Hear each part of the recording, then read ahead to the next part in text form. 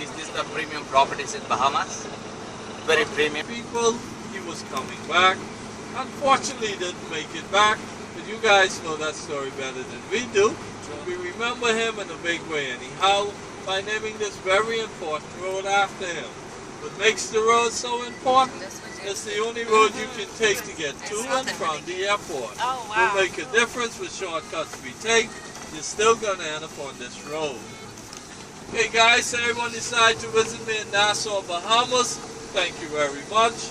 But the Bahamas is a chain of 700 islands and keys. 700? Out of 700, there's 26 that people actually lives on.